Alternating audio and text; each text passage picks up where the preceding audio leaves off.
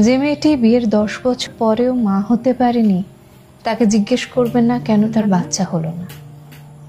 বিয়ের বয়স পেরিয়ে যাচ্ছে বলে হাসতে হাসতে সে মেয়েটিকে জিজ্ঞেস করবেন না সে কেন এখনো বিয়ে করেনি। বাপের বাড়িতে যে মেয়েটি বেশ কয়েকদিন ধরে থাকছে, বাপের বাড়ি কেন এতদিন পড়ে আছে এমন অবান্তর প্রশ্ন করে তাকে বিব্রত করবেন না। এতদূর পড়াশোনা করে কেন এখনো চাকরি পেল না এমন প্রশ্ন করে তাকে ঘরবন্দি করে দেবেন না।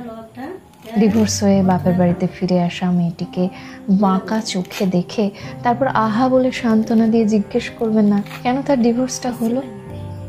কোনো সামাজিক অনুষ্ঠানে গিয়ে পান চিবোতে চিবোতে ওই বেকার ছেলেটিকে দেখে কথা বলার আগ্রহ দেখিয়ে বলবেন না এখনো পর্যন্ত কিছু একটা পেলি না।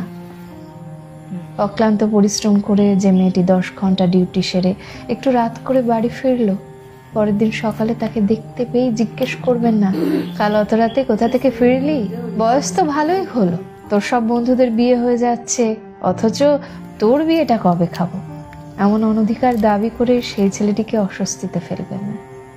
চাকরি পেয়েছে বলেই ট্রিট দিতে হবে অন্যের পকেট কেটে হ্যাংলামির আবদার করবেন না। আসলে প্রতিটি মানুষের কমন সেন্স থাকাটা জরুরি। এই কমন সেন্স যদি সত্যিই থাকে তাহলে কখনোই তাকে এই প্রশ্নগুলো করবেন না। এই কমন সেন্সটা থাকে না বলে কিছু অকর্মা ঢেকি আছে যারা এই প্রশ্নগুলো করে অপর দিকের মানুষটাকে অপ্রস্তুতিতে ফেলে। এদের মতো মানুষ এই সমাজে ভয়ঙ্কর, তাই এদেরকে দেখলেই এড়িয়ে যাওয়া ভালো। মনে রাখতে হবে এই কমন সেন্সটাই আপনাকে সুন্দর করে, আপনাকে ব্যক্তিত্ববান করে।